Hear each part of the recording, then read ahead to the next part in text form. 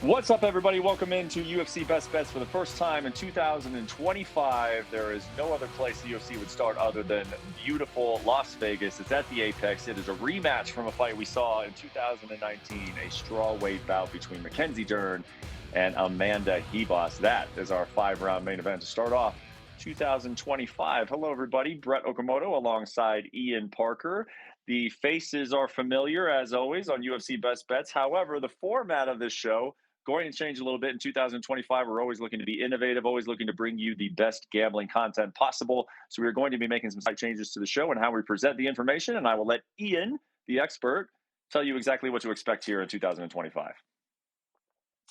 Thank you, my good man. Happy to be back this year with best bets. We are going to really take more time to focus on the best bets. We're going to get away from the leans. We're not going to go and just pick fights across the board. Of course, if you guys have questions on fights we don't touch upon, you could reach out to me on Twitter. I will respond there. But for here, during this time, it's the best bets. We're going to break it down into units. We're still going to do our long shots, all of our parlays, all of our props, and we're going to get this thing going. We're going to be as creative as we can. Always find different ways to make bets and make plays, and we're going to be as transparent as we always are, and we're going to have a really great year, and I look forward to it. Yes, when Ian says he will respond to your tweet, he is not lying. He will get back to you within 30 seconds, I believe. Access to this man is it's hard to even describe. He is always on his phone. He's always available. But on this show, we are going to be focused on the best bets possible, trying to put as much money and as much information into your brains and wallets as possible. We're going to start that with this UFC Fight Night main card. Is the six-fight main card. You can find it on 7 Eastern, 4 Pacific on ESPN Plus. The prelims take place 4 Eastern, 1 Pacific. Also on ESPN Plus. All of these odds courtesy of ESPN Bet. And let's start with that main event, man. Like I said earlier on, we have seen this fight before. Amanda Ribas won this fight in 2019, and she won it pretty convincingly. She stuffed all five, I believe. Mackenzie Dern was 0 for 5 on takedowns on this fight. Now, that was a while ago. We're talking about 6 years ago now. Have things changed, or do we believe this fight will look about the same as it did 6 years ago in 2019? For me, I don't see why there would be any difference. I think someone in Mackenzie Dern is exactly who we think she is. She is going to try and get the fight to the floor, and when she doesn't, she hits panic mode and she turns into a brawler. Amanda Ribas is a black belt in judo, a black belt in jiu-jitsu.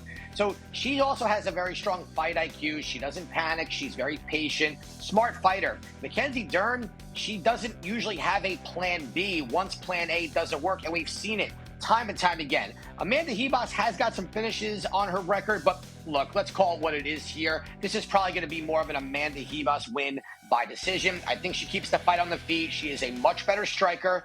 Dern does carry power. There's no question there, but Ribas has fought the best in the division. There's nothing that Dern could do to surprise her. The blueprint is there. Ribas has done it before. I believe she does it again. And for me, Brett, we're getting some pretty good odds here. With the money line, I believe she was minus 198 to minus 210 over the last few days. We're going to shrink that down. Give me Amanda Ribas to win in over 1.5 rounds. I believe at minus 175. I love that play. It seems like that's a direction it's going to go. If she's going to get the win, it's going to be later on into a decision, and we get to bring that number down, spend less money on it. That's where I'm rolling with this week. Yeah, it makes sense. I mean, you saw it in the method of victory full screen there that we had up. That's certainly what Vegas anticipates. Minus 115 only for Ribas to win by decision. So if you can cut that down, and it's only got to go over 1.5 rounds, smart play there to start off the year of 2025.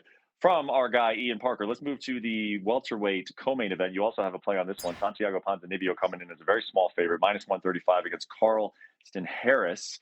What do you got here for this 170-pound matchup? Carlston Harris is an interesting guy, known for his ground game. Sometimes falls a little too in love with the striking. I have a hard time thinking Ponzinibbio should be this low. I know he's probably on the downside of his career, but he still is a good striker. He's still a good fighter. He has fought much better competition, even up until recently, than Carlston Harris. As long as he doesn't get tagged and can keep this fight on the feet, which he's got very good takedown defense. He's got power. He is the much better boxer. I like Ponzinibbio here to bounce back. Minus 135 is a very good price here. So we're going to go with the Pons at minus 135. Going with the Pons there in the welterweight co-main event. Now, your next play is actually your most confident play of this six-fight main card and of the entire card itself, actually. It is Roman Kopylov taking on Chris Curtis at 185 pounds. What do you got here for us? No disrespect to Chris Curtis. I think he is one of the toughest guys in the UFC. He somehow always gives people problems when you think he's going to get run over. I just think this is a terrible matchup for him. With Robin Kopilov, when he's lost, he's been out grappled, he's been out cardioed. And here he's fighting someone in Chris Curtis who is a counter striker, low volume striker, doesn't threaten with takedowns, just kind of sits there and hopes for a knockout, but doesn't really get it. Kopilov is the much better striker, more volume, faster. He's going to push forward. He does have a little bit of a grapple game. He's getting better with that. He's been training out with Habib in Dagestan. So for me, we're going to go with Roman Kopilov to win in over 1.5 rounds. I think we know towards the end of the year I was falling in love with these type of plays because we're getting these odds here. So Brett, we're going to have a new label to this. This is going to be called Parker's Premium Play, meaning it is my favorite of the best bets, my most confident, as you would call it. I think Kopilov gets this done. I do think it's going to go all 3 rounds, but hey, we only have to get it over 1.5 and for him to win. So let's go with that one.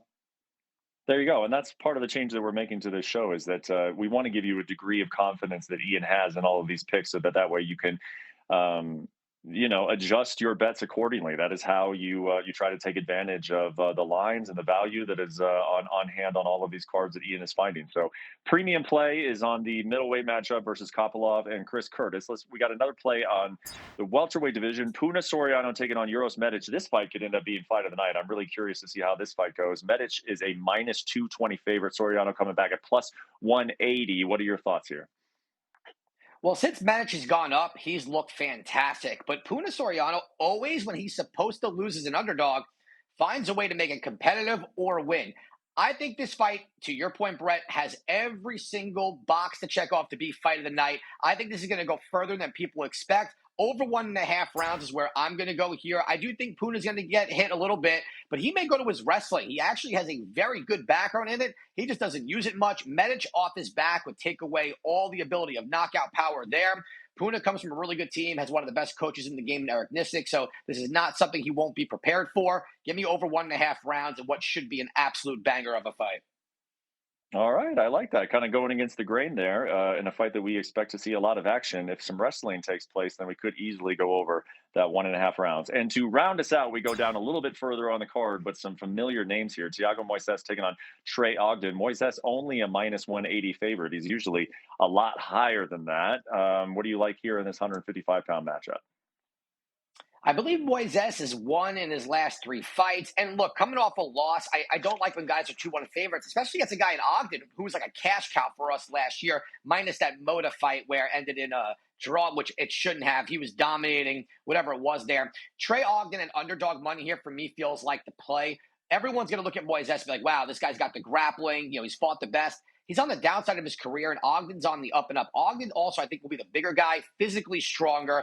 And I'm a fan of how he fights, man. He is so smart. I think he'll keep the distance. He's not going to let Moises to get in tight. And if they get in those clinch exchanges, I think Ogden's going to be smart, circle and push Moises against the cage. I wouldn't even be shocked if he ended up on top in a scramble. I like Ogden to get the upset here at plus 150. Let's get the dogs barking this week. Yeah, boom. How do you like that? Starting off the year with a prelim underdog best bet. I really, really love that. So to recap all of our best bets, because you still get the best bets on this show, of course. I mean, that's what we're named after, but it just looks a little bit different this year. Ian, explain to the viewers what they're looking at here with your best bets rundown.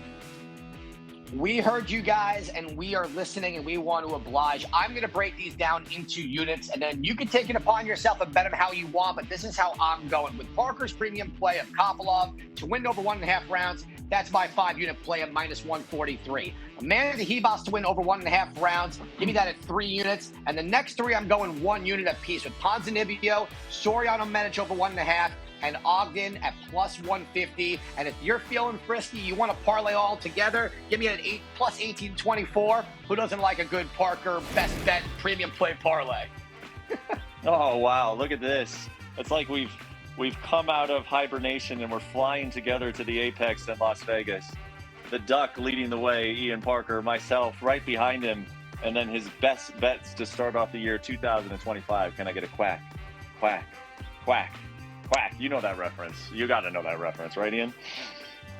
Well, being that I'm the Duck, I'm so happy you knew that reference because if there was any person I would bet who didn't like the Mighty Ducks, it might have been you. But I'm so proud of you and Gordon Bombay right there. Look, Brett, it's time for us to fly. Ducks fly together. I hope all you guys win money this week. We got a lot of good plays for you. and we're breaking it down to units. So we're going to start off the year hot.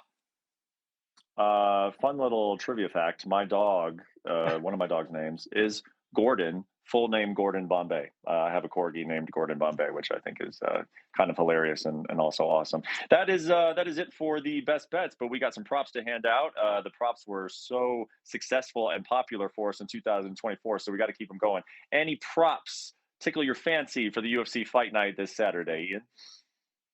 Look, whenever someone is fighting Eor Pateria, I always look for the knockout because he uses his head and his chin to defend from punches. It's not the way to go. He's fighting someone in Silva, who I believe is a very solid prospect. So we're going to take him to win by knockout at minus 140, and that's going to be the sole prop of the night for us. All right. So one prop to start off the year over there at the Apex, and we also got a long shot parlay for you. Now you can parlay all of Ian's best bets, of course, and we gave you those odds. But our official long shot parlay, first of the year, where are we going for it?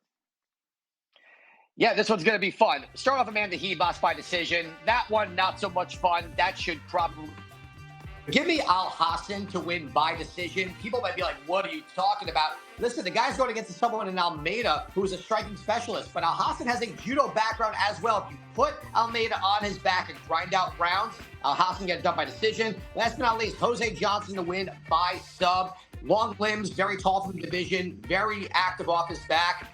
And that is a very healthy long shot parlay number right there. That is quite a healthy long shot parlay to start off the year. And we're all about still giving you action, even though we're not giving a lean on every single play, which, but of course, again, you can go to Ian's Twitter to find out a lean on any single fight on tonight on Saturday's card. But we're giving you the long shot parlay. We're also giving you another parlay, Parker's parlay. Where are we going for that one this Saturday?